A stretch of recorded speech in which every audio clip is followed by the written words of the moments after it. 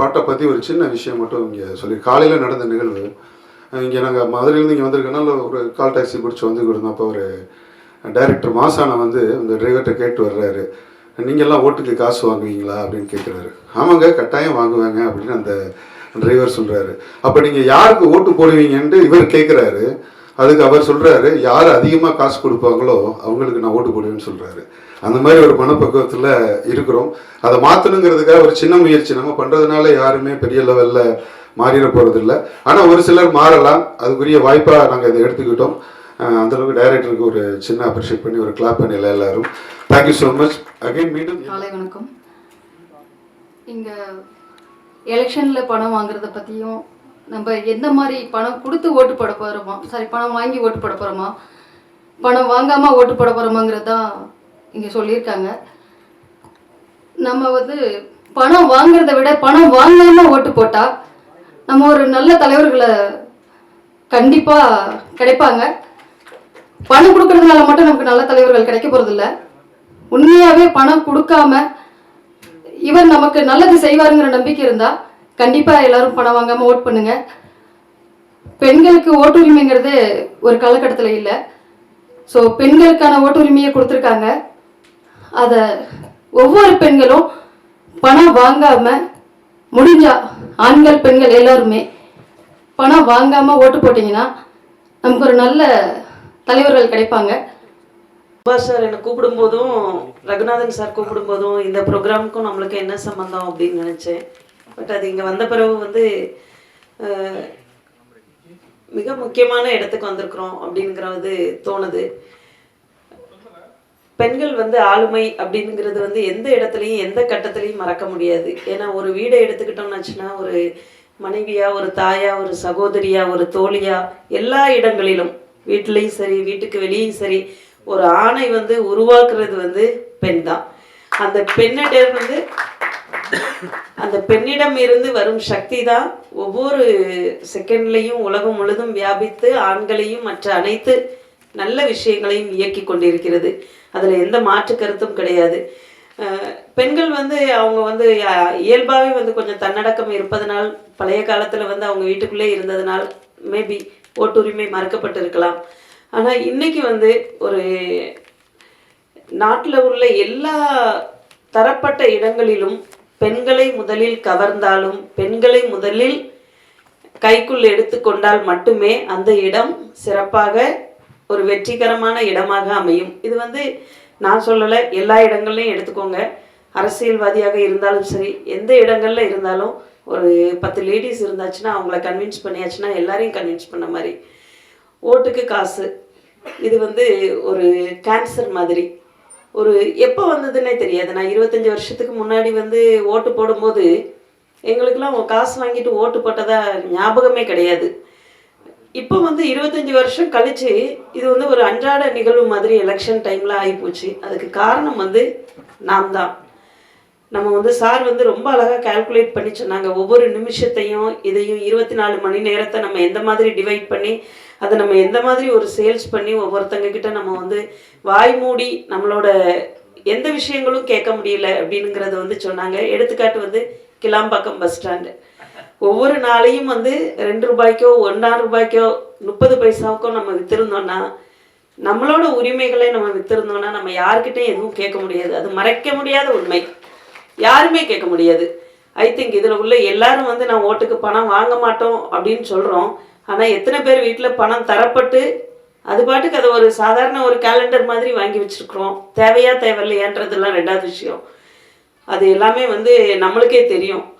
So இந்த மாதிரி நிகழ்வுகளை தடுத்து சுயநலவாதி உள்ள இந்த இடங்களில் வந்து பொதுநலவாதியாக மேபி நிறைய நல்ல விஷயங்களை வந்து மதுரைக்காரங்க பண்ணுவாங்க. அதுக்கு மதுரைக்காரங்களுக்கு மனமார்ந்த பாராட்டுக்கள்.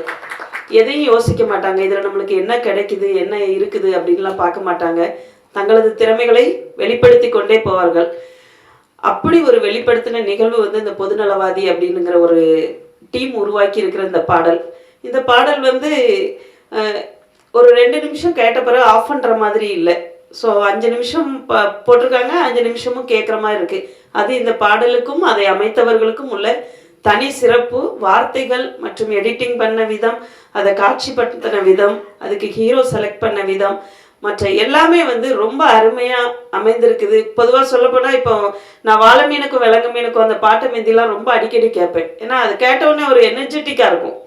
எல்லாரும் சிரிச்ச முகத்தோட ஆடுறது, சிரிச்ச முகத்தோட அந்த ஒவ்வொரு செகண்டுக்கு செகண்ட் அந்த சீன்ஸ் வந்து ஜம்ப் ஆகிட்டே இருக்கும். அந்த மாதிரி ஒரு பாட்டாக இது அமைந்ததோடு மட்டும் இல்லாமல் கருத்தால மிக்க பாடல். சார் சொன்ன மாதிரி நாய்க்கு இது போடுறதும் பணத்தை பிடிக்கிறதுக்கு மக்கள் ஓடி வர்றதும் அதெல்லாம் வந்து அதில் கருத்தால மிக்கது. அதே இது அதில் ஒருத்தர் சொல்லுவார், கடவுளே இறங்கி வந்தாலும் காசு கொடுத்தாதான் ஜெயிக்க முடியும் அப்படிங்கிறது. இதெல்லாம் எவ்வளோ ஒரு வருந்தத்தக்க ஒரு பதிவுகள். இதை வந்து ரொம்ப அழகாக காட்சிப்படுத்திருக்கீங்க. என்னோட சார்பாக நான் இன்னைக்கு வந்திருக்கிறேன். இந்த பாடலை வந்து எங்களோட தளத்தில் ஏறக்குறைய 25,000 மெம்பர்ஸ் இருக்காங்க. அவங்க ஒவ்வொருத்தரும் அவங்க குடும்பம் பார்த்தாச்சுன்னா இது 1,00,000 பேர் பார்ப்பாங்க.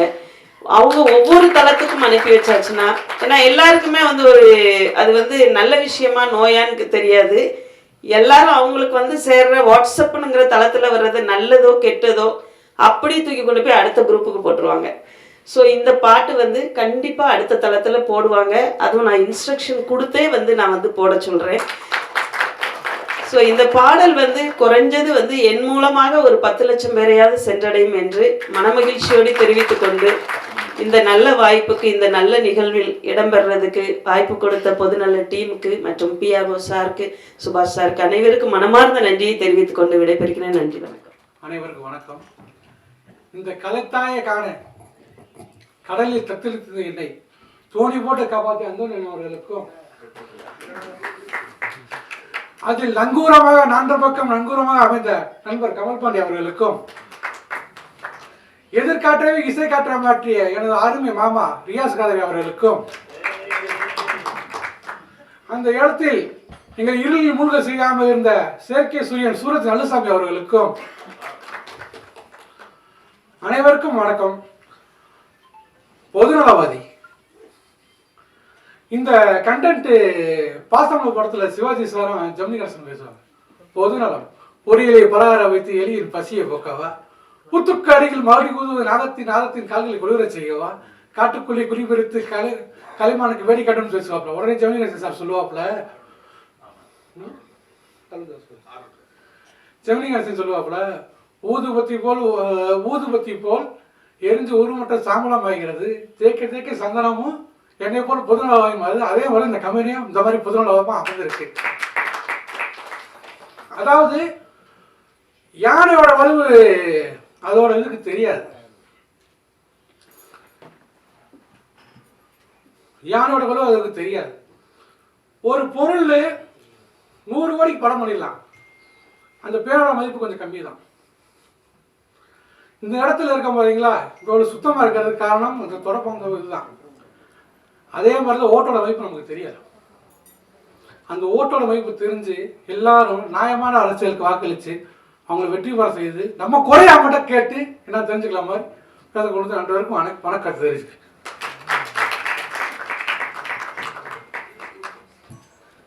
நன்றி சார்.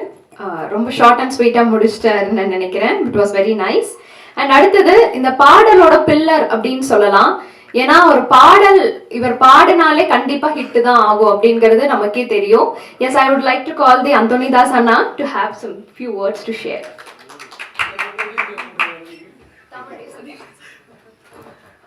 எல்லோருக்கும் வணக்கம். மேடையை அலங்கரித்துக் கொண்டிருக்கின்ற மூத்தவங்க பெரியவங்க எல்லோரையும் வணங்குகிறேன்.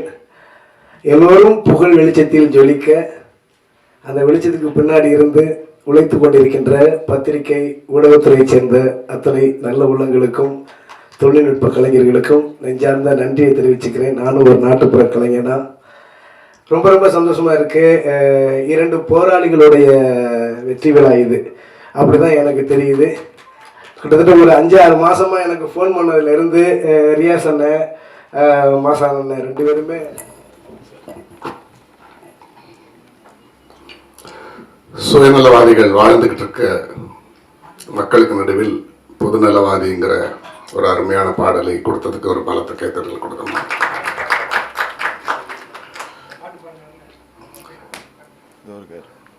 ரொம்ப அழகா வந்து நம்மளுடைய சங்கத்த அவர் குரல் பற்றி சொல்ல வேண்டியதில்லை. ஸோ இந்த டைரக்டர், இந்த லிரிக்ஸ் பற்றி இந்த இடத்துல நிச்சயமாக ஃபஸ்ட்டு சொல்லணும். அந்த கம்பேரிஷன் ஷார்ட்ஸு, இந்த ஜனங்க வந்து அந்த 500 ரூபாய் நோட்டு வாங்குறதும் ஒரு நாய் எகிரி எலும்பு துண்டு பிடிக்கிறது இருக்கு இல்லையா, இதெல்லாம் தான் நம்மளை பாதிக்கக்கூடிய, நம்ம தலையில் கொட்டக்கூடிய ஒரு விஷயம். நம்மளுடைய இசையமைப்பாளர் ரியாஸ் வந்து அதில் ஒரு ரோல் பண்ணியிருப்பார். அப்போ இந்த கேரக்டரு துட்டு நான் தான், எல்லாமே நான் தான், ஓட்டு நான் தான், நோட்டு நான் தான் எல்லாம்னு சொல்லும்போது களத்தில் சந்திக்கலான்னு சொல்லி கட் பண்ணி அங்கே ஒரு வயலில் ஒரு ஷாட் கட்டிருப்பாங்க. இதெல்லாம் வந்து ரொம்ப நல்ல.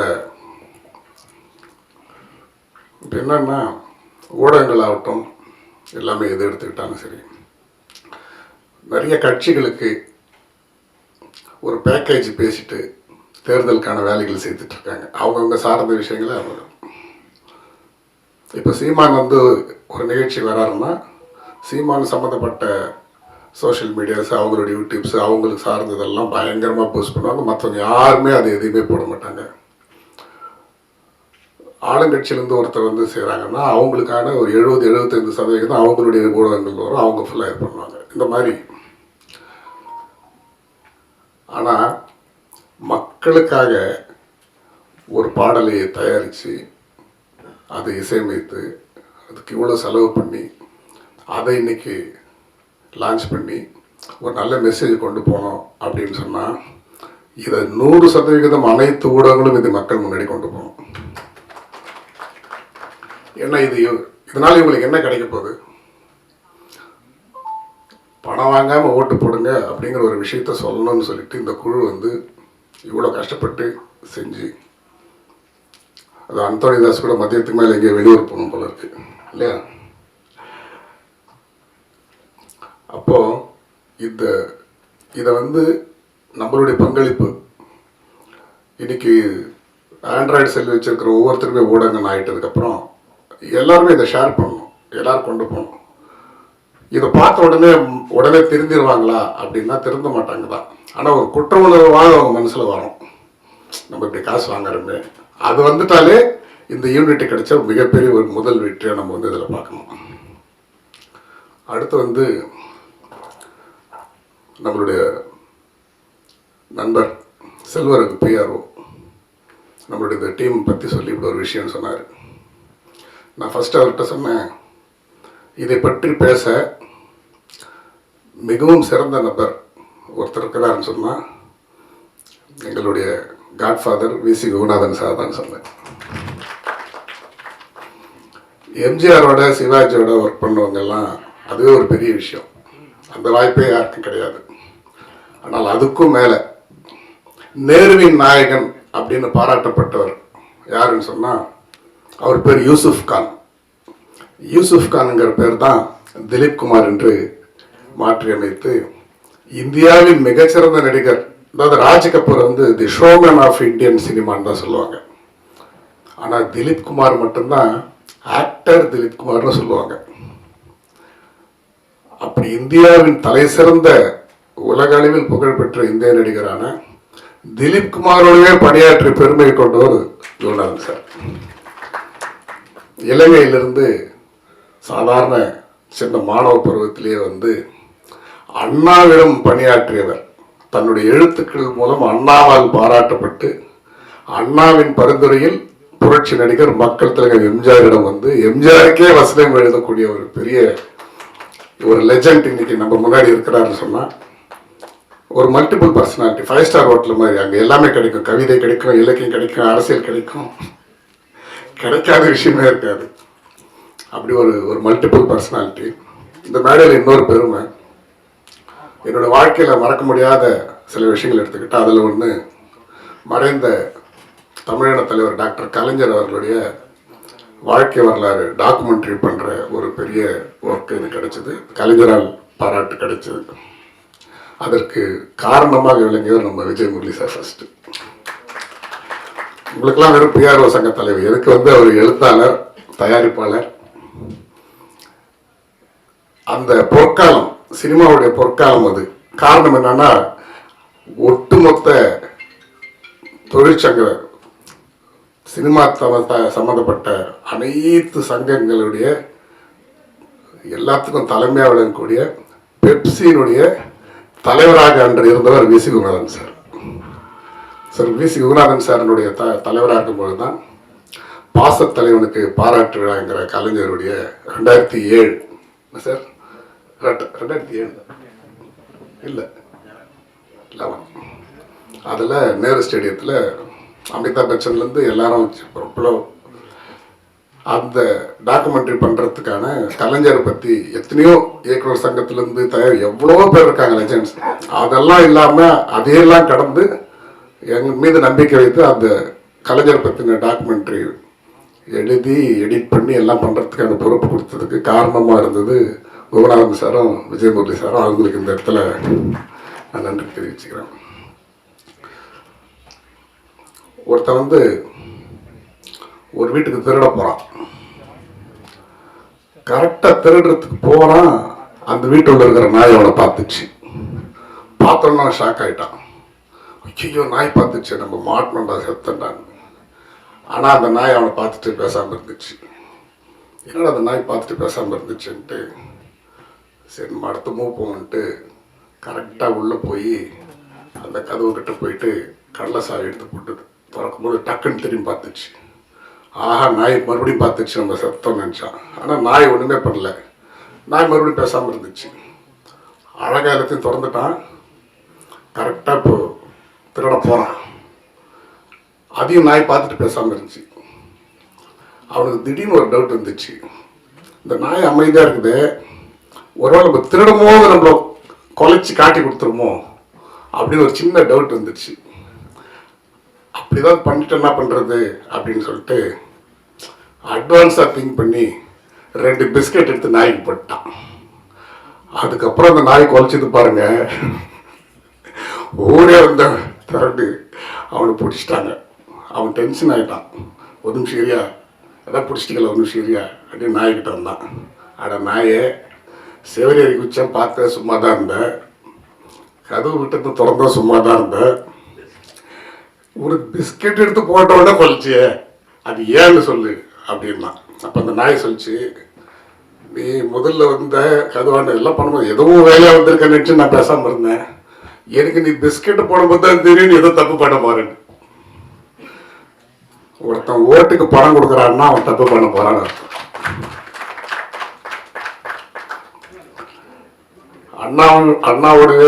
அண்ணாவால் அறிமுகப்படுத்தப்பட்ட குருநாதன் சார் முன்னாடியே அண்ணாவுடைய விஷயத்த சொல்றேன்.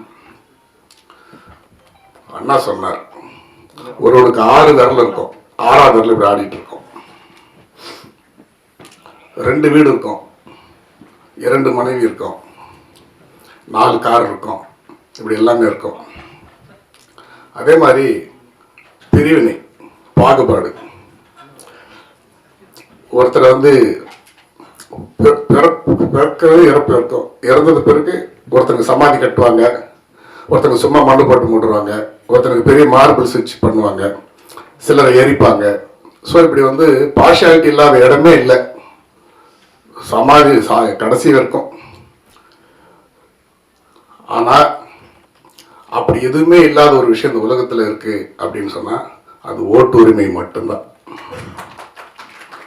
பிச்சைக்காரனா இருந்தாலும் ஒரு ஓட்டு தான், பிரசிடென்டா இருந்தாலும் ஒரு ஓட்டு தான். இந்த உலகத்தில் பாகுபாடே இது இல்லாத ஒரு விஷயம் ஓட்டுரிமை. அந்த ஓட்டுரிமையை நீங்கள் சரியாக பயன்படுத்தணும் அப்படின்னு சொன்ன ஒரு அண்ணா. இன்னைக்கு 1000-2000 ரூபாய் வாங்கி ஓட்டு போடுறோம். அதோட வேல்யூவேஷன் பாருங்க. 500 ரூபாய் கொடுத்து ஒருத்தர் ஓட்டு போடுறோம் அப்படின்னு சொன்னால் ஒரு வருடத்துக்கு எத்தனை நாட்கள்?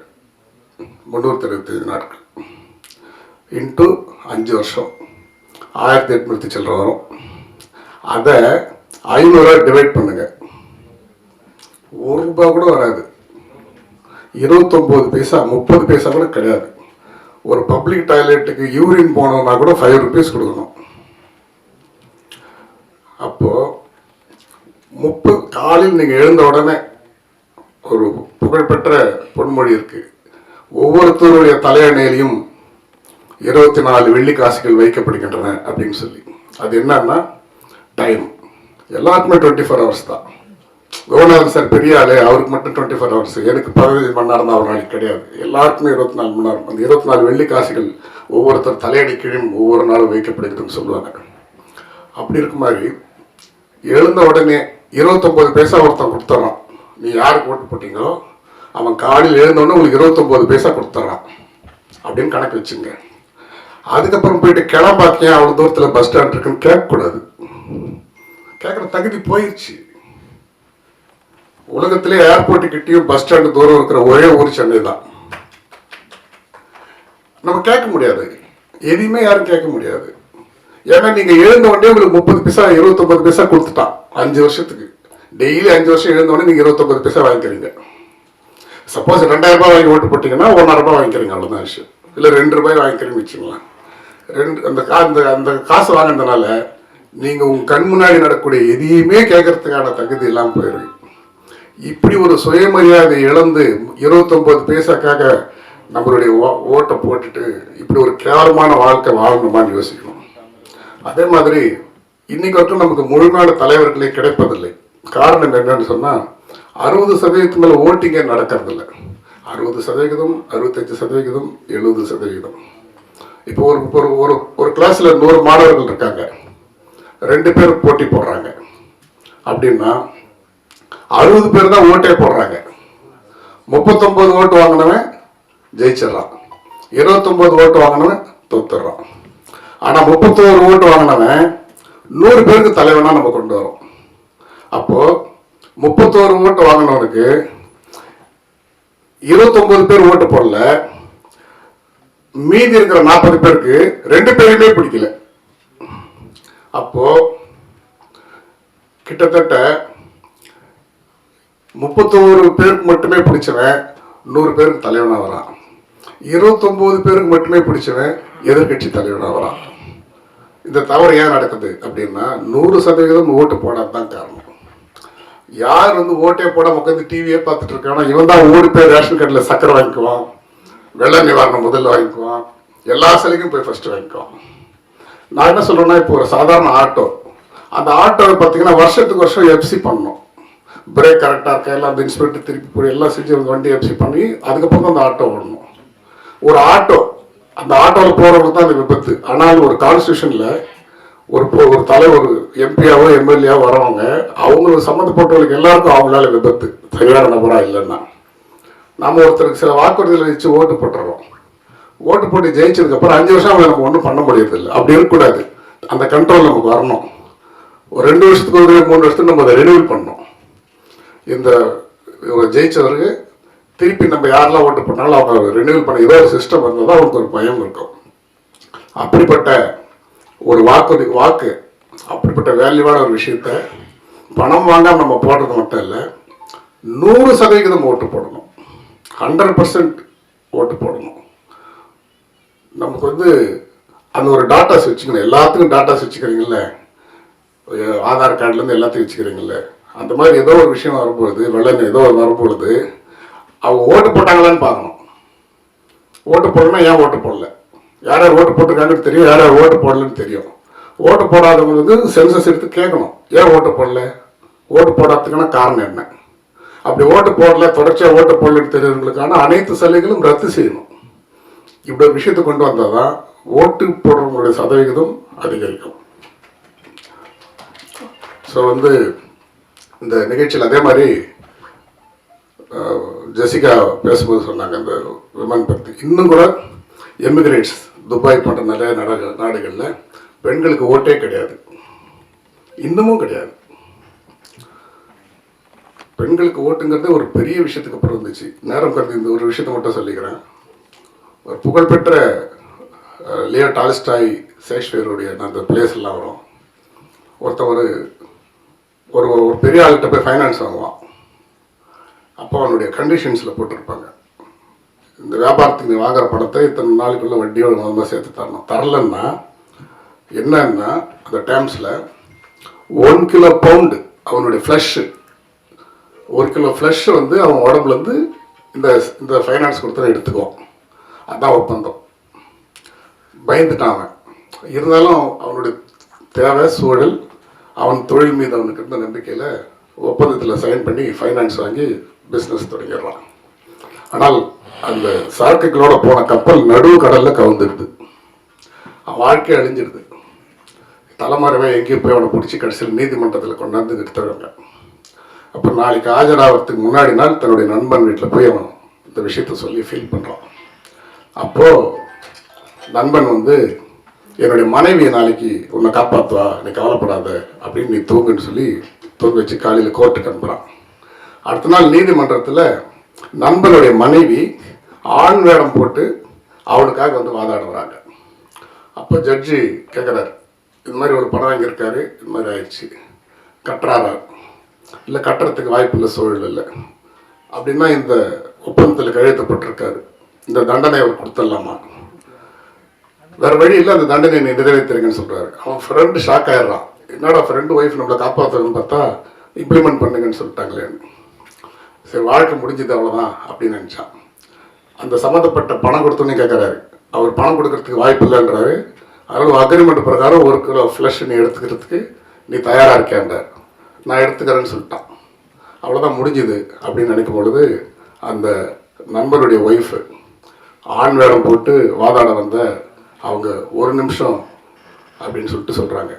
அக்ரிமெண்ட் பிரகாரம் 1 கிலோ ஃப்ளஷ் எடுத்துக்கிட்டோம், ஆனால் ஒரு செட்டு பிளட்டு கூட வெளியே வரக்கூடாது. ஏன்னா அக்ரிமெண்ட்டில் வந்து ஒரு சதை தான் எடுக்கிறதா குறிப்பிட்டிருக்கே தவிர ரத்தம் வந்து வீணாகிடக்கூடாது. ஒரு சொட்டு ரத்தம் கூட வெளியில் வந்துட்டா நான் கிளைம் பண்ணுவேன்னு சொல்லுவாங்க. அதனால் அந்த கேஸ் தள்ளுபடி ஆகும். இந்த கதையை வந்து இது நிறைய பிளே, ஸ்டேஜ் பிளேலாம் இதில் வந்து நான் ரிவர்ஸில் போய் பார்த்தேன். நண்பனுடைய மனைவியை நேராக வந்து பெண்ணாவே வந்து வாதாடி இருக்கலாமே, எதற்கு மாறுவேடம்லாம் போட்டு இப்படிலாம் வந்து ஒரு நீதிமன்றத்தை வந்து ஏமாத்துறோம். அப்புறம் தான் தெரியும் பெண்களுக்கு எந்த பொறுப்புகளுமே கிடையாது, எந்த பதவிகளுமே கிடையாது. ஏன் கிடையாதுன்னு சொன்னால் அவங்க ஒரு சிட்டிசன்கிறதுக்கான அங்கீகாரமே இந்த உலகத்தில் கிடையாது. ஆணாக பிறந்தவனுக்கு மட்டுமே அங்கீகாரம் அவன் வாழ்க்கையில். பெண்ணாக பிறந்தவர்களுக்கான ஒரு பிரஜை என்பதற்கான அடையாளமே இல்லாத ஒரு சமூகமாக இருந்துச்சு. அதற்கப்புறம் தான் இதெல்லாம் நம்ம கொண்டு வரணும் அப்படின்னு நினைக்கிறாங்க. 60% 70% மட்டுமே பெண்களுக்கான கூலி கொடுக்கப்பட்டது. அப்படி கொடுக்கும் பொழுது முதலாக ஒரு குரூப்பு, நாங்கள் வீட்லேயும் வேலை செய்கிறோம், இங்கேயும் வந்து வேலை செய்கிறோம், ஆண்களோட அதிகமாக வேலை செய்கிறோம், ஸோ எங்களுக்கு வந்து ஈக்குவல் சேலரி தரணும். அந்த ஈக்குவல் சேலரி தரணுன்றதுக்கு முதல்ல எதிர்த்தவர்கள் முதலாளிகள் இல்லை, அவங்க வீட்டில் இருக்கக்கூடிய ஆண்கள், அவங்க அப்பா, அவங்க அண்ணன், அவங்க புருஷன். ஓ எனக்கு ஈக்குவலாக நீ சேலரி கேட்பியா அப்படின்னு. அதை கடந்து வரத்துக்கு ஒரு ஜென்ரேஷன் ஆச்சு. அப்புறம் அவங்கெல்லாம் சப்போர்ட் பண்ணாங்க, சரி நியாயம் தான் கேளு. அப்படி ஒரு குரூப் கேட்டாங்க. ஒரு 200க்கும் மேற்பட்ட பெண்கள் இதோட தொடர்ச்சியாக இந்த போராட்டத்துக்கு போய் வீட்டிலே உள்ளிருப்பு போராட்டம் பண்ணி ஸ்ட்ரைக் பண்ணாங்க. ஸ்ட்ரைக்குன்னா இங்கே இருக்கிற ஸ்ட்ரைக் இல்லை, அங்கே ஸ்ட்ரைக்குன்னா ஒரு ஷூ கம்பெனின்னா 2 லட்சம் ஷூ தயாரிக்கணும் அப்படின்னா ஸ்ட்ரைக் எப்படி பண்ணுவாங்கன்னா 2 லட்சம் ஷூக்கு பதில் 4 லட்சம் ஷூ செஞ்சிருவாங்க, ஒத்த கால் ஷூ செஞ்சிருவாங்க. ஸோ வேலை நிற்காது, ஸ்ட்ரைக் போயிட்டு இருக்கோம். பேச்சுவார்த்தை முடிஞ்சதுக்கப்புறம் இன்னொரு கால் ஷூ மறுபடியும் 4 லட்சம் செஞ்சு அதுக்கப்புறம் போவோம். இங்கே பண்ணுற மாதிரி முதலாளியே அடிக்கிற ஸ்ட்ரைக்கெல்லாம் கிடையாது. அப்படிலாம் பண்ணி உள்ளிருப்பு போராட்டம்லாம் பண்ணும்போது ஒன் ஃபைன் டே உங்களெல்லாம் பேச்சுவார்த்தைக்கு கூப்பிட்றாங்கன்னு சொன்னாங்க. வீட்டில் இருக்கிறவங்க எல்லாரும் சப்போர்ட் பண்ணி தைரியமாக போய் பேசுங்க, முதலாளிகள் கேளுங்கன்னாங்க. 200 பேருக்கு மேலே உள்ளிருப்பு போராட்டம் பண்ணவங்க. நீங்கள் ஆண்கள் யாரும் இல்லாமல் தனியாக வரணும்னு கூப்பிட்டாங்க. அதனால் 127 பெண்கள் மட்டுமே வர முடிஞ்சுது, மற்றவங்களால வரலை. அவங்களாம் ஒரு வண்டியில் கூப்பிட்டு போய் ஒரு இடத்துல ஒரு பெரிய குடோனில் தங்க வச்சாங்க. டீ பிஸ்கட்லாம் கொடுத்துட்டு சாப்பிடுங்க, முதலாளி வருவார், அவர் முன்னாடி நீங்கள் தைரியமாக பேசுங்கன்னு சொன்னாங்க. அவங்களும் தைரியமாக பேசுறதுக்கு தயாராக இருந்தாங்க. திடீர்னு அங்கே இருக்கிற கதவுகள் மூடப்பட்டது. அத்தனை பேரும் உயிரோடு கொளுத்தப்பட்டார்கள், உயிரோடு கொளுத்தி எரிக்கப்பட்டார்கள். ஈக்குவல் சேலரி கேட்ட ஒரே காரணத்துக்காக. அந்த கொளுத்தப்பட்ட நாள் தான் மார்ச் 8. நம்ம இன்னைக்கு விமன்ஸ் டேன்னு அடையாளப்படுத்துகிற நாள் தான் அந்த நாள். இது அப்படியே சைனா போன்ற ரஷ்யா போன்ற பல இடங்களுக்கு போய் பெரிய விஷயங்கள் பரவி இதன் மூலமாக ஒரு பெரிய ரெவல்யூஷனரி வந்து, அப்போ இதுக்கெல்லாம் பேஸ் என்னன்னா நாம் இந்த அரசியலை நிர்ணயிக்கூடியதில் பங்காக நம்ம வரணும். அப்போ நமக்கு ஓட்டிங் பவர் வரணும். நமக்கு ஓட்டிங் பவர் வந்தால் தான் எல்லாத்தையும் நம்மளால் டிசைட் பண்ண முடியும். நம்ம ஈக்குவாலிட்டிங்கிற அதில் தான் வர முடியும்னு சொல்லி ஃபைட் பண்ணி அந்த போராட்டத்தினுடைய அதனுடைய தொடர்ச்சி இங்கே பெரியார் போன்ற பெரிய புரட்சி இவங்க எல்லாருடைய அந்த பங்களிப்பில் வந்தது தான் பெண்களுக்கான ஓட்டுரிமை. இன்னைக்கு பெண்களுக்கான ஓட்டுரிமைன்ற அடுத்த ஸ்டேஜ் என்ன வந்திருக்குன்னா டிரான்ஸ்ஜெண்டருக்கான ஓட்டுரிமை. பாலியல் தொழில் இருக்கக்கூடிய பெண்களில் கூட சென்சஸ் எடுத்து அவங்களுக்கும் ஓட்டு போடுறதுக்கான பவர் கொடுக்கணும்னு இந்த எலெக்ஷன்ல ஆர்டர் போட்டிருக்காங்க. இது எவ்வளவு பெரிய விஷயம் நினைச்சு பாருங்க. அப்படின்னா ஒரு ஆண் ஓட்டு போடுறதுக்கும் ஒரு பெண் ஓட்டு போடுறதுக்கும் பின்னாடி எவ்வளோ பெரிய போராட்டம் இருக்கு, எவ்வளோ பெரிய விஷயம் இருக்கு. இங்கே கிருஷ்ணா ராதா மேடம் வந்திருக்காங்க. ஒரு 20-25,000 பெண்களுக்கான ஒரு தலைவியாக அவங்க இருக்காங்க. சாதாரண பெண்களுக்கு தொழில் அமைச்சு தரத்துக்கான தொழில் முனைவர் அமைப்பினுடைய மாநில தலைவர் அவங்க. எவ்வளோ பேர் அவங்க டெவலப் பண்ணுறாங்க. கிருஷ்ணா ராதா மேடம் போடுறவங்க இந்த இதுக்கு வரணும்னு நான் சொன்னதுக்கு விஜயமல்லி சார் சொன்னேன், மேடம் கூப்பிடலாம், அவங்க ரெப்ரஸன்டேட்டிவ். இன்னும் சொல்லப்போனால் ஒரு டிரான்ஸ்ஜெண்டர் நூரியம்மா கூப்பிடலாம். நூரியம்மா வந்து அவங்க ஷீரடி போயிருந்தாங்க. எல்லாம் வந்து திருநங்கைகளுடைய தலைவர் விளக்கூடிய நூரியம்மாவை நான் கூப்பிடலான்னு கூட சொன்னேன். ஸோ விமனுடைய ரெப்ரஸன்டேட்டிவ் கிருஷ்ணா ராதா மேடம் மாதிரி ஒருத்தர் வந்து பேசட்டும். ஏன் சொல்கிறேன்னா ஆண்கள் ஓட்டு போடுறதுக்கும் பெண்கள் ஓட்டு போடுறதுக்கும் இவ்வளோ வித்தியாசம் இருக்குது. இந்த இன்றைக்கும் அபுதாபி நிறைய கண்ட்ரீஸில் வந்து பெண்களுக்கு ஓட்டு உரிமை கிடையாது.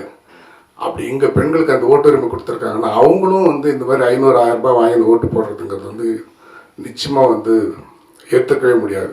அப்படிப்பட்ட ஒரு அவ்வளோ வேல்யூ, அவங்களுடைய ஓட்டுக்கு அவ்வளோ வேல்யூ இருக்குது. அவ்வளோ போராடி வந்த ஒரு உரிமை இது.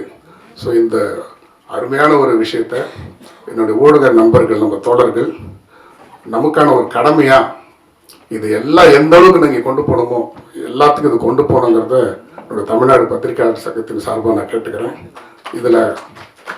இதில் ஒர்க் பண்ண டெக்னீஷியன்ஸ்லேருந்து ஆக்ட் பண்ணவங்கலேருந்து கோரியோகிராஃபர் எல்லாம் பண்ண அவ்வளோ பேருக்கும், இங்கே வந்திருக்கக்கூடிய பத்திரிகை தொலைக்காட்சி நண்பர்கள் உட்பட அனைவருக்கும், என்னோட வந்திருக்கக்கூடிய நிர்வாகிகள் உட்பட அனைவருக்கும், எனக்கு பின்னாடி பேச போகிற கிருஷ்ணா ராதா மேடம் உட்பட இந்த நிகழ்ச்சிக்கு பெரிய சப்போர்ட்டாக இருக்கக்கூடிய செல்வராஜ். ஏன்னா செல்வராஜ் வந்து எப்படின்னா அவர் இதே மாதிரி தான், அவர் எந்தெந்த சேனல் இல்லைங்கிறது தான் சொல்ல, அந்தளவுக்கு ஃபுல்லாக எல்லாத்தையும் பண்ணிகிட்ருக்காரு. அவருக்கும் ஒரு சோஷியல் தாட்டு, இந்த மாதிரி ஒரு விஷயத்தை கொண்டு போய் சேர்க்கணும்னு சொல்லி, ஸோ அவருக்கும் இந்த இடத்துல நான் வந்து நன்றிகளையும் பாராட்டுகளும் சொல்லிட்டு அனைவருக்கும் நன்றி கூறி விடைபெறுகிறேன். நன்றி, வணக்கம். 2 பேருமே அவங்க வந்து கோபமாகவும் முகத்தை நான் பார்த்ததே இல்லை, சோகமாகவும் பார்த்ததே கிடையாது. 2 பேரும் அதே சிரிப்பு தான். சினிமாவில் எப்படியாச்சும் ஜெயிச்சிடணும் அப்படின்னு பல திறமையை கையில் வச்சுக்கிட்டு போராடிக்கிட்டு இருக்கிற ஒரு மனிதர். ரியாஸ் காதரி அண்ணன் பாடுவார், பாட்டு எழுதுவார், கம்போஸ் பண்ணுவார். மதுரையில் ஒரு அழகான ஸ்டுடியோ வச்சிருக்கிறாரு. நல்ல நடிகர். இப்படி பல திறமைகளை உள்ளடக்கிய ஒரு மனிதர். எப்படியாச்சும் ஜெயிக்கணும்னு போராடிக்கிட்டு இருக்கிற ஒரு மனிதர். கண்டிப்பாக அவர் ஜெயிப்பார். அவர் நம்புகிற கலைமகள் அவருக்கு சப்போர்ட்டாக இருப்பாங்க. நாங்களும் அதில் ஒரு புள்ளியாக இருப்போம் அப்படின்னு தெரிவிச்சுக்கிறேன். அதே மாதிரி மாசானானே, அவனியபுரம் மாசானானே, ரொம்ப சந்தோஷம்ண்ணே. நானும் ஒரு ஓட்டு போடுற ஒரு தமிழ் சாதாரண குடிமகனாக நான் உங்களை வணங்குறேன். நான் சொல்ல வேண்டிய கருத்து, நம்ம எல்லாம் நீங்கள் அந்த உங்கள் மனசில் அந்த எண்ணம் வந்திருக்கு. அதுக்கு நீங்கள் எந்த விதமான காசை எதிர்பார்க்காம உங்களுடைய சொந்த உழைப்பை போட்டு இத்தனை நாள் இதுக்கான மெனக்கட்டதே பெரிய விஷயம். கவர்மெண்ட்டில் பண்ணிக்கிட்டு இருக்கிறாங்க இதே வேலையை. இதை நீங்கள் ஒரு தனி மனிதனாக இதை பெரிய விஷயம் முடிச்சிருக்கிறீங்க. இதில் நானும் ஒருவனாக இருந்ததுக்கு நன்றி தெரிவிச்சுக்கிறேன். மற்றபடி ஒளிப்பதிவு சிறப்பாக பண்ணியிருக்கிறாங்க. சாருக்கு நான் நன்றி தெரிவிச்சுக்கிறேன். நண்பன் கமல், நான் எதிர்பார்க்கவே இல்லை. இப்போ வீடியோ பார்த்ததுக்கு அப்புறம் தான் தெரிஞ்சு அவ்வளோ ஒரு சூப்பராக சினிமா பாட்டு மாதிரி வந்திருக்கு. இந்த பாட்டில் உழைச்ச எல்லா தொழில்நுட்ப கலைஞர்களுக்கும் நான் நன்றி கலந்த வாழ்த்துக்களை தெரிவிச்சுக்கிறேன். ஓட்டு போடுறது நம்மளுடைய கடமை, நம்மளுடைய பெருமை. அதனால் யாரும் ஓட்டு போடாமல் இருக்காதீங்க. ஓட்டு போடுறவங்க தயவுசெய்து காசு வாங்கிட்டு ஓட்டு போடாதீங்க. மற்றபடி எல்லாத்தையுமே அவங்க எழுத்தில் சொல்லிட்டாரு. இந்த பாடலை வெளி உலகத்துக்கு ஓட்டு போடுற ஒவ்வொரு மக்களுக்கும் கொண்டு சேர்க்க வேண்டியது பத்திரிகை ஊடகத்துறையை சேர்ந்த உங்களுடைய கடமை அப்படின்னு நானும் என்னுடைய பங்குக்கு நான் உங்கள்கிட்ட வேண்டுகோள் வச்சுக்கிறேன். உங்களோட சேர்ந்த நானும் என்னுடைய சோசியல் மீடியாவில் இந்த பாட்டை பகிர்றேன். ஒரு நல்ல சமுதாய படைப்பும் அழகாக தொகுத்து வழங்கிட்டு இருக்கிற சகோதரிக்கு நான் நன்றியை தெரிவிச்சுக்கிறேன். ரொம்ப ரொம்ப நன்றி வாய்ப்புக்கு. வேறு ஏதாச்சும் பேர் விட்டு போயிருந்தால் மன்னிச்சுக்கிறேங்க. நன்றி. என்னை இங்கு அழைத்த நண்பர்களுக்கும் ஊடக நண்பர்களுக்கும் வந்திருக்கும் பார்வையாளர்களுக்கும் மேடையில் அமர்ந்திருக்கும் நல்லவர்களுக்கும் திறமையானவர்களுக்கும் வணக்கத்தை தெரிவித்து, நான் வந்ததுக்கான காரணத்தை சொல்லிடுறேன். முதல்ல மேடைகள் எனக்கு புதுசில்ல, பேசுறதும் ஆல்மோஸ்ட் என் தொழிலாகிடுச்சு. நண்பர் சுபாஷ் அவர்கள் சொன்னது போல எங்கே கேட்டாலும் எங்கே கூப்பிட்டாலும் என்னால் பலன் இருக்குமா இருந்தால் உடனே போயிடுறது என்னுடைய வழக்கம். இங்கே கூப்பிட்டவர்கள் எனக்கு ஒரு விதத்தில் உறவு என்று சொல்லலாம். காரணம், உங்களுக்கும் எனக்கும் இடையே இருப்பது கலை மட்டுமல்ல, தமிழும் இருக்கிறது. அந்த தமிழுக்காக 12 வயசுலேயே உயிரை தியாகம் பண்ண முயற்சித்த ஒரு இளைஞன் நான் அன்று. இப்போதும் இந்த வயசிலும் அதை தான் செய்து கொண்டு இருக்கிறேன். சினிமா என் உழைப்பு, தொழில். பல பேருக்கு தெரியாமல் இருக்கலாம், நான் இந்திய மொழிகள் 9 மொழிகளிலே 300 படங்களை தாண்டி விட்டேன். இப்போது ஓய்வாக இருக்க வேண்டிய வயசு, ஆனாலும் இருக்க முடியவில்லை. எதனால் என்றால், சமுதாயத்தை பார்க்கின்ற போது நாம் வளரும் போது இருந்த சமுதாயம் எப்படி இருந்தது, இப்போது சமுதாயம் எங்கே போய்கொண்டிருக்கிறது என்பதை சிந்தித்து பார்க்கும்போது வருத்தமாக இருக்கிறது. Democracy is government by the people, for the people and to the people. ஜனநாயகம் என்றால் மக்களுக்கானது, மக்களால் ஆனது. அப்படி இருக்கும்போது நான் ஒரே ஒரு கேள்வியைத்தான் கேட்கிறேன். மக்களே தவறு செய்தால் அந்த ஜனநாயகம் என்ன ஆகும்? இதை சற்று சிந்தித்து பார்த்தீர்களே ஆனால் உங்களுக்கு புரியும். Tap the rich and pat the poor அப்படின்னு பேரறிஞர் அண்ணா அவர்கள் சொன்னார்கள். இப்போது என்ன நடக்கிறது? Pat the rich but they are tapping the poor. இல்லையா? விவசாயிகளுக்கு எதிராக சட்டம் இல்லையா? கல்விக்கு எதிரான சட்டம், எல்லாமே எதிராகத்தான் போய் கொண்டிருக்கிறது. So where is democracy? For the people, by the people and to the people. ஆனால் அது இங்கே அவசியம் இல்லை. இருந்தாலும் ஒரு சின்ன நிகழ்ச்சி நான் டிவியில் பார்த்ததை சொல்லுகிறேன். ஒரு தலைவர் ஆர்த்தி எடுக்கிறார்கள், ஒரு பெண் ஆர்த்தி எடுக்கிறார். அந்த தலைவர் இதில் நிற்கிறார். இந்த வீடியோ இப்போது வெளியாகி இட் இஸ் கிரியேட்டிங் ஹவாக். என்ன நடக்கிறது அந்த வீடியோவில் நான் பார்த்தேன், உற்று பார்த்தேன், ஸ்லோ டவுன் பண்ணி பார்த்தேன், ஃப்ரேம் பை ஃப்ரேம் பார்த்தேன். எடிட்டர் சுபாஷ் அவர்கள், அதனால் அவருக்கு தெரியும். ஆர்த்தி இப்படி எடுக்கப்படுகிறது, தலைவருடைய எந்த கையிலே ஏதோ இருக்கிறது, அது என்ன என்று என்னால் சொல்ல தெரியாது. தட்டுக்கு கீழே இப்படி போகிறது, எதிரே நிற்கிறவருடைய இடது கை தான் அதை ரீச் பண்ண முடியும். ஆனால் வலது கை கீழே வருகிறது, அந்த கொடுக்கப்படுகிற பொருளை வாங்குகிறார்கள். வலது கையால் தான் வாங்க வேண்டும் என்றது எதற்கு இருக்கும்? எதை வலது கையால் வாங்குவோம்? நமக்கு பயனுள்ளதைத்தான் வலது கையால் வாங்குவோம். இல்லை என்றால் இடது கையால் வாங்குவதில் தவறில்லை. அப்போது கொடுக்கப்படுகின்ற பொருள் முக்கியமான பொருளாக இருப்பதனால் தான் அந்த இல்லத்தரசி வலது கையை நீட்டி வாங்குகிறார். அப்படி அவர் வலது கையை நீட்டும் போதுதான் அந்த வீடியோ ஸ்டே ஆகிறது. அதனால் தான் அதை பார்க்க முடிகிறது. அதனால் தான் இன்று அது வழக்காக வருகிறது. அதனால் தான் அது இன்று கோட்டைக்கு போகிறது. So democracy by the people, for the people, to the people என்றால் அந்த மக்களே இப்படி பணம் பெற்றுக்கொண்டால் என்ன அர்த்தம்? இதை மட்டும் நன்றாக புரிந்து கொள்ளுங்கள். மக்கள் கொடுக்கிறவர்களை தூண்டி விடுகிறார்கள். இதனை நான் மறுத்து சொல்ல முடியாது. ஏனென்றால் லஞ்சம் வாங்கிய நீங்கள் லஞ்சத்தை கொடுக்கிறவருக்கு ஒரு சலுகை கொடுக்கிறீர்கள். அப்ப லஞ்சம் கொடுத்தவர் உங்களுக்கு லஞ்சம் கொடுத்ததனால் அவர் சம்பாதிக்க வேண்டிய அவசியம் வருகிறது. உண்மையா இல்லையா? அரசியல்வாதிகள் சம்பாதிக்க வேண்டும் என்ற அவசியம் எப்போது ஏற்படுகிறது? உங்களுக்கு லஞ்சம் கொடுப்பதற்காக. அப்படியும் சொல்லலாம் அல்லவா? அதைத்தான் அவர் 29 பைசா தினமும் காலையில் என்று சுபாஷ் சொன்னார்கள். அது சரி, மெத்த சரி. அரசியல்வாதிகளை பற்றி சொல்லும் போது சற்று பின்னால் நான் போகிறேன். 1962ஆம் ஆண்டு நான் காஞ்சியிலே படித்துக் கொண்டிருக்கிறேன். பேரறிஞர் அண்ணா வீட்டுக்கு பக்கத்து வீட்டிலே இருக்கிறேன். விடிய காலை 5:30 மணிக்கு கீழே வீடு. அந்த வீட்டின் கதவு திறக்கப்படுகிறது. நான் எட்டி பார்க்கிறேன். சில பேர் வருகிறார்கள். இந்த வீட்டில் இருப்பவர்களுக்கு ஒரு வெங்கடாச்சலபதி படத்தை காட்டுகிறார்கள்.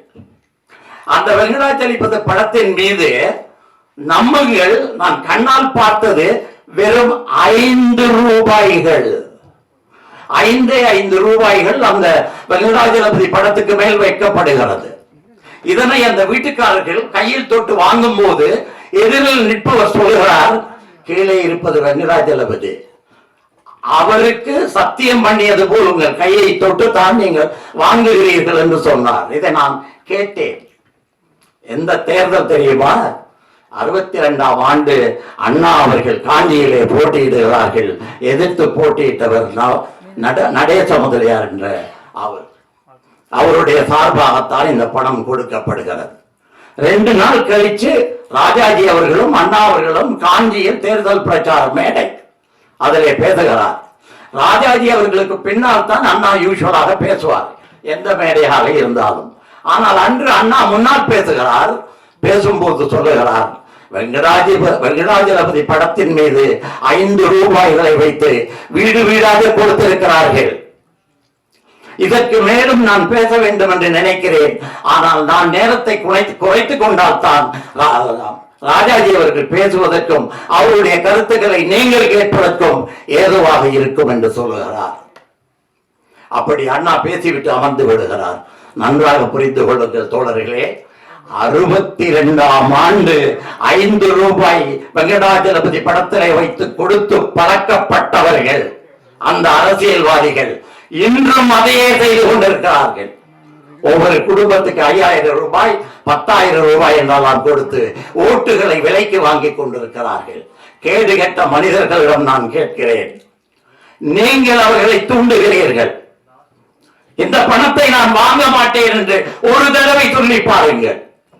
ஒரு தெருவில் இருக்கின்ற 50 வீடுகள், அந்த 50 வீடுகளும் நீங்கள் பணம் கொடுப்பதை நாங்கள் வாங்க மாட்டோம் என்று தைரியமாக சொல்வீர்களே. ஆனால் 7.5 கோடி தமிழர்களும் அதே போல் சொல்லுவார்களே. ஆனால் இந்தியாவின் 140 கோடி மக்களும் அதே சொல்லுவார்களே. ஆனால் பாரதம் என் நாடு, 140 கோடி மக்களும் என் மக்கள் என்று எவரும் சொல்ல முடியாது. சொல்ல முடியுமா? முடியாது. இதனைத்தான் பெரியார், அண்ணா, எம்ஜிஆர், கலைஞர், ஜெயலலிதா அனைவரும் சொன்னார்கள். கேட்டார்களே அந்த அம்மா, பதில் சொல்ல முடிந்ததா? தமிழ்நாட்டில் ஏரியா இன்னொரு பேர் சொன்னார்கள். அந்த கேள்வியை தைரியமாக ஏன் அந்த அம்மாவால் கேட்க முடிந்தது?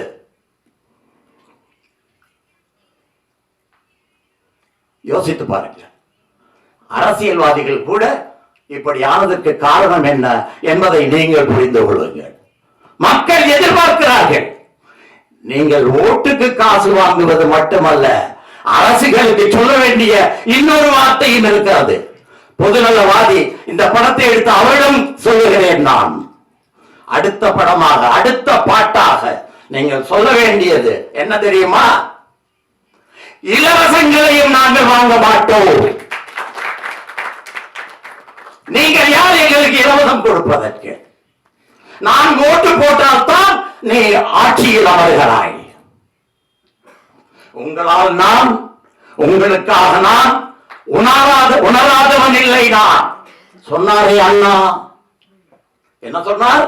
உங்களால் நான், உங்களுக்காக நான் உணராதவன் இல்லை நான் என்று சொன்னார். இது வல்லவா அரசியல்? இது வல்லவா அரசியல் தலைவருக்கான ஒரு குணம் இல்லையா? Tap the rich and pat the poor என்றார். நீங்கள் என்ன செய்கிறீர்கள்?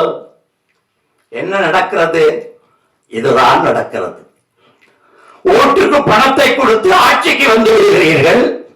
29 பைசா தான் நீங்கள் கொடுக்கிறீர்கள் சுபாஷ் அவர்கள் கணக்கின்படி. ஆனால் தினமும் 29 கோடிகள் உங்கள் வீட்டுக்கு போகிறதே, இது தர்மமா? இதற்கு விலை விளைத்தது யார்? நீங்கள், மக்கள். இல்லை என்று சொல்ல முடியுமா? இந்த 5000 ரூபாயையோ 10,000 ரூபாயையோ வைத்துக் கொண்டு உங்கள் வாழ்க்கையை ஓட்டிவிட முடியுமா? ஆகவே இந்த பாடல் வரவேற்கத்தக்கது. மக்களே, இனிமேல் நாங்கள் ஓட்டுக்கு பணம் வாங்க மாட்டோம் என்று சொல்லுங்கள். இரண்டாவதாக, அவனியாபுரம் இயக்குனர் அவர்களே, அடுத்ததாக இலவசங்களை மக்கள் வாங்க மாட்டார்கள். ஏன் ஏன் என்பதற்கான காரணத்தை நான் சரியாக சொல்ல வேண்டும். It is government by the people, for the people and to the people. உங்கள் அரசாங்கம், நீங்கள் ஓட்டு போட்டு அமைக்கப்பட்ட அரசாங்கம். அந்த அரசாங்கத்துக்கு வருகின்ற அத்தனை பணமும் அத்தனை ரூபாய்களும் உங்கள் பணம். அந்த அரசு இலவசமாக எதையும் கொடுக்க வேண்டிய அவசியம் இல்லை.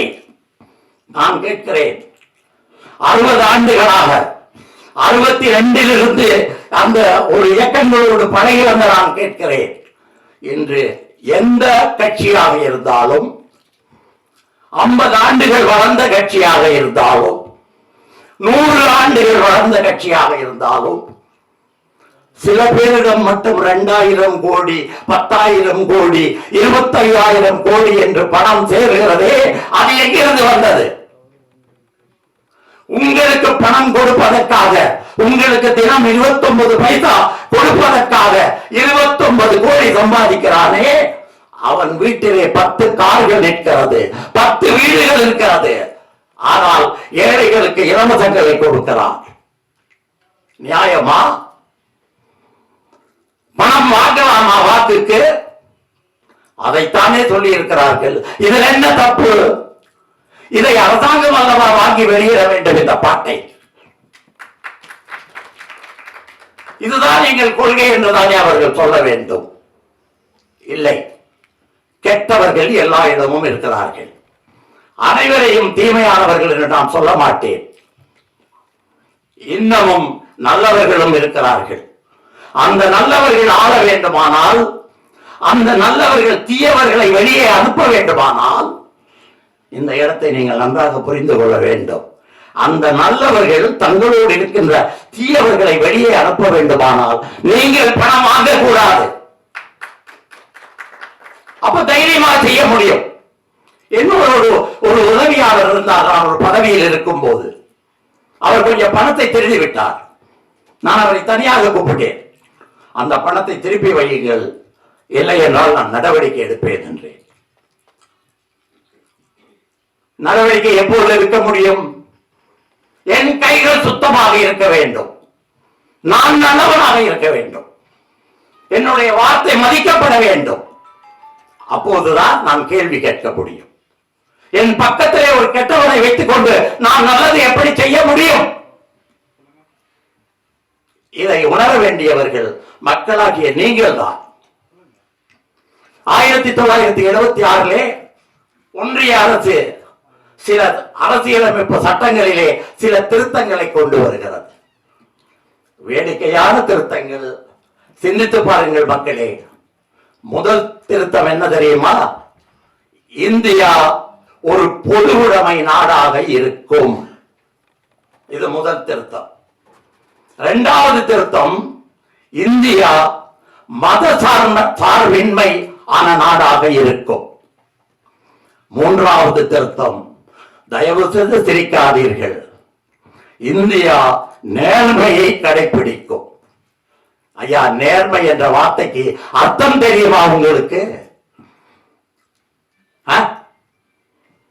இந்திய அரசியலமைப்பு சட்டத்துக்கு எதிராகத்தான் எல்லாம் போய்கொண்டிருக்கிறது. கேள்வி கேட்க வேண்டியவர்கள் மக்கள். அந்த மக்களே ஓட்டுக்கு பணம் வாங்கினால் எப்படி கேள்வி கேட்க முடியும்? ஆகவே ஊழல் உங்களிடமிருந்து தான் ஆரம்பிக்கிறது. ஆகவேதான் மாதான் அவர்கள் உங்களை திருத்த முயற்சி பண்ணுகிறார். இந்த பாடல் அரசுகளுக்கானதல்ல, ஊழல்வாதிகளுக்கானதல்ல, மக்களாகிய உங்களுக்குத்தான் என்று சொல்லி விடைபெறுகிறேன். நன்றி.